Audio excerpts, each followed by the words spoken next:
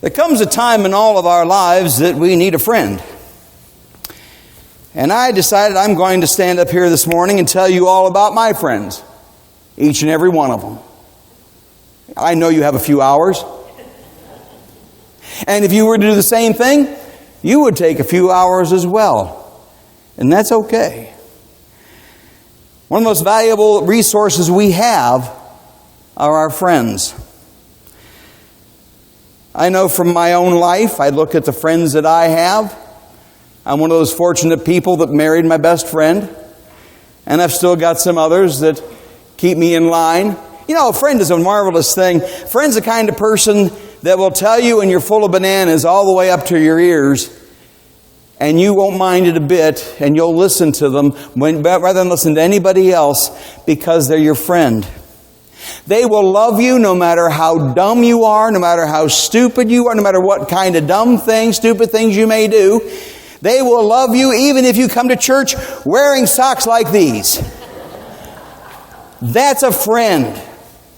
I wanted to use the hymn, "What a Friend We Have in Jesus," except the writer of the hymn, God love him, he got the first part line right, and the rest of the time he talks about prayer, which is a wonderful thing, but doesn't fit what I wanted to talk about today. I want to talk about those people in our lives that make the difference. I mean, family's one thing. Family's got to put up with you. You can't get away from them. You can do anything, you can do something about everything in the world but family. We know that. Friends are a special breed, and sometimes family members become good friends as well. Friends are remarkable. They're amazing. They're a gift from God, and what greater gift can someone give to another, to a friend, than to lay down his life for that person? I love the passage that I shared with you this morning, that one little line that says that Jesus, or the Son of Man, came and they accused him of being a glutton and a drunkard. I've had my share of gluttony. However, the drunkard part, not so much. I like to remember what I did the night before. But the thing, at least I did, the thing I really appreciate about that passage is that in my career as a minister, I have looked for coffee shops.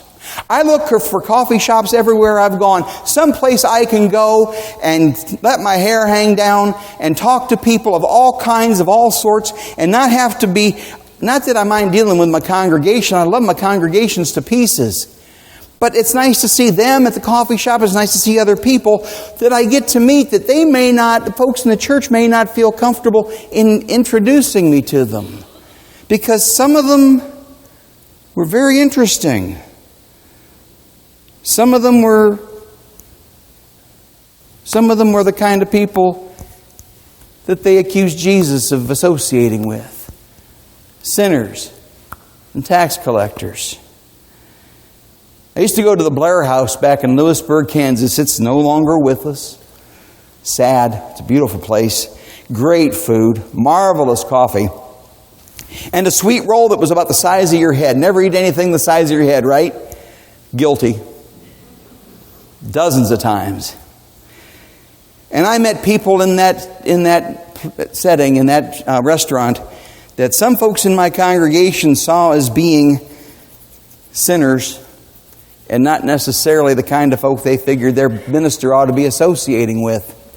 And one day at Quilting Circle, one of the ladies in the Quilting Circle said to one of the other ladies in the Quilting Circle, "Well, you know our minister really should spend more time with our members and shouldn't be going out to that coffee shop all the time talking to those people." It was kind of funny because the lady who responded, Hazel looked at her and said, "Well, you know, one of the people he's been talking to out there at the coffee shop is my husband, who hasn't been to church in several years. And he's got him coming back to church now. And I'm glad he goes to that coffee shop." It got to the point up at Ephesus Christian Church that the coffee shop became known as my other office. And I met people that I could never quite get them to come to church in all those situations, but if they needed a friend who happened to be a minister, they'd call me. During my tenure as minister, I came upon a time when I was angry with the church. The new church had closed down. I was not happy. I was angry, not at God, but at the church. Not at any particular church, just the church. I was angry, I was fed up, I was ready to leave, I was ready to never come back. I'd had enough of it all. And then I got a job working in a convenience store. Not too far from here, over by Sticky Rice, the one just down there when it used to be a Rennie's. And while I was working in that capacity, I didn't go to church on Sunday because I had to go to work. I know what it's like to work on Sunday morning. It's not pleasant. I also know what it's like to skip church intentionally and stay home and read the paper and have a late breakfast and not miss church at all. And I understand where people are coming from when they say something like, it's the only time I have time to be with my family or time for myself. I don't like hearing that. I didn't like hearing it from me. But I understand it. And I appreciate where they're coming from. And I've got friends who are still that way today. But while I was in the coffee shop or in the convenience store working, I met more people than you could possibly imagine. I met lawyers. I met politicians. I met prostitutes. I met homeless people. All of whom I met drug addicts. All of whom became my friends before I realized who they were, what they were, and what terrible things they'd been involved in their lives. Things that had messed up their lives so very, very much. It was to the point where I had people coming to me that didn't have a pastor, and in one particular case, it was on a Sunday morning. After a long, difficult Saturday night, this one very attractive woman came walking in, dressed beautifully, like she'd just gotten done with a date, and she came into the convenience store to buy a bottle of champagne because her evening wasn't quite over with yet. And I wanted to say to her, oh my word, I wanted to be the preacher so much at that point and tell her she didn't have to go back out and do that. But if I'd have done that, I might have lost my job. And I've kicked myself ever since then for not saying something to her because I knew what she was going to do. I knew she was in over her head. I knew she was not going to be coming out of this very happy. And I just couldn't bring myself to doing the right thing. And I've kicked myself ever since. And then I had another guy come into the shop, or into the store, and he bought at 9 o'clock in the morning on a Saturday, and he bought a 12-pack of Pabst Blue Ribbon beer. Now, for those of you who have ever had any kind of experience drinking beer, you will agree with me probably that Pabst Blue Ribbon had better be pretty darn cold before you drink it. It will remove turpentine, or remove tar from any surface. It will remove paint better than turpentine. It is but it is really, when it's really cold, it's great with tater tots. And this guy came in and bought a 12-pack. He left. He came back about an hour later, and he wanted to buy another 12-pack. And I didn't sell it to him. It was within my rights as an employee of that store to not sell any beer to anyone that I felt was impaired or could not handle it in any way, shape, or form, or was too young, of course. He was well over the age, and he was well past his capacity to handle it. And so I turned him down. He looked at me, "What do you mean you're turning me down?" I said, you've had enough. You've drank the entire 12-pack you bought before. I know you did. I said, I'll tell you what, you come back here this afternoon around 4 o'clock, I'll sell you another one. But I'm not selling you anything until later on today. Way later on today. I was going home at 3, so it was pretty good. I don't know whether he came back or not, but I do know that he was not very happy with me. A few months later, I was visiting someone in a nursing home that also did rehab. And I came upon this gentleman. He was a patient and a resident in the nursing home. I said, "What are you doing here?" He said, "Well, our conversation, I shared it with my sister, and she told me I needed to see somebody, that I'd really reached bottom. And so I decided to come here and get some help. I'm not bragging. I'm glad somebody said something to him. But that kind of communication, that kind of experience, that's what friends are for. I also had drug addicts that would come in the morning. Gals, especially one pair of sisters who were really into crack cocaine, and they would have the sweet tooth. They'd have to get something to eat that was as sweet as they could find because they were still coming down off the drugs. And they were just as happy as they could be because they were going to not only come in and buy all kinds of sweet stuff from me in that store, they were also going to shoplift and take out most of what was behind everything else in the store.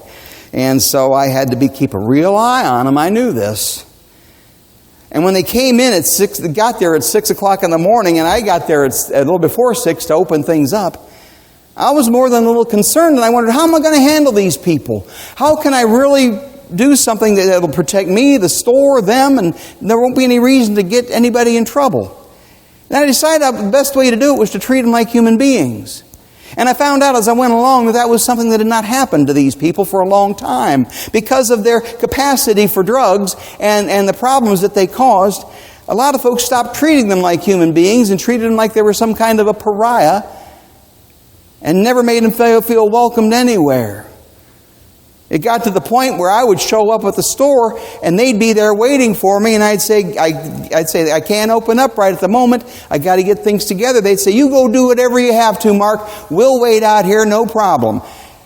And it worked that way. And then the last Saturday I worked at the store, several months later, these gals, they disappeared. Hadn't seen them for a long, long time. We had the mayor who was so good about getting the streets cleaned up and getting help for people, and with that kind of problem. So there I am opening up my store. It's about 6 o'clock in the morning, sometime around 9 o'clock. In walk two beautiful gals, dressed to the nines, big smiles on their faces. They walked in the door. They said, remember us? Of course I remembered them. They were my two crack addicts, the two crackheads. And they said, thank you for treating us like human beings. Not very many people did. And we got help because of the program that the police department had. We had a choice of going to jail or going into rehab, and we chose rehab. And part of the reason was because you and some others started to treat us more like human beings. And they thanked me. I don't know whatever happened to them, whether they ended up back on the streets or not, because that kind of thing can happen when people have that kind of problem. It's one of those things that they and the people who love them and the rest of us have to live with and help them in any way we can.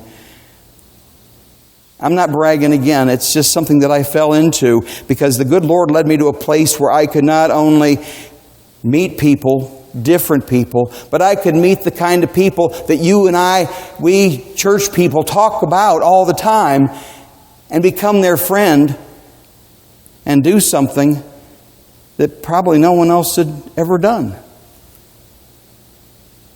You see, the world needs friends. People out there, all kinds of people, all kinds of marvelous, wonderful people. No matter what their politics, their sexual orientation, their gender, no matter what their ethnicity is, I got to work on that one. No matter where they're from, no matter which side of the borders they're on, no matter what country they may be flying in from, then we have a world that is so desperately in need of friends. Somebody who cares. Somebody who's there for them. Somebody who will help pick them up and not keep driving them down. Someone who will say good things and things that will lift people's spirits and make them feel like they have a sense of purpose and value and hope and have nothing to be afraid of. Back in September of 1970, the song Bridge Over Troubled Waters was really popular. Paul Simon and Art Garfunkel had hit the tops of the charts again. I was in the car driving from my home, which was about 10 blocks away from the hospital where my grandfather lay dying. And I needed to get out there. I just got home from school. I grabbed a quick bite and I headed out to the hospital. Had tears welling up in the back of my eyes. I knew I was going to have a tough time of it. And I turned on the radio, and guess what played? And I listened to the words. When you're weary, feeling small, when tears are in your eyes, I'll dry them all. I'm on your side. Oh, when times get rough and friends just can't be found, like a bridge over troubled water, I will lay me down. I never felt more down and out and on the street my entire life than when I was going through that particular moment. But that crazy song, which many people have attributed to being about drugs, no, don't buy that stuff. That crazy song reminded me of who it was that was in my heart and with me through all the difficult times, who my grandpa had taught me about from the time I was a little cuss. Oh, my grandpa taught me wonderful things. That man taught me how to eat tomatoes with just a little bit of sugar. That man taught me how to dial a phone, which cost my parents a lot of money when I learned long distance. That man gave me my first taste of beer. Black Label.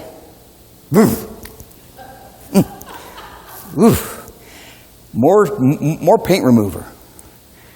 That man also inadvertently led me to tasting for the first time chewing tobacco.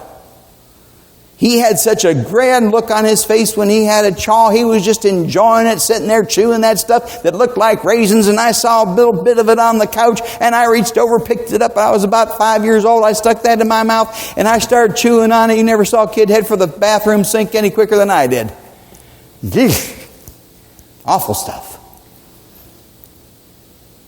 And there was never anybody in the world besides my parents, like my grandma and grandpa, who just loved me and their other grandkids so very, very much. Like a bridge over troubled water, they were always there for us. And at that time, I really needed a friend. You need a friend? What a friend we have in Jesus. Just keep singing that part.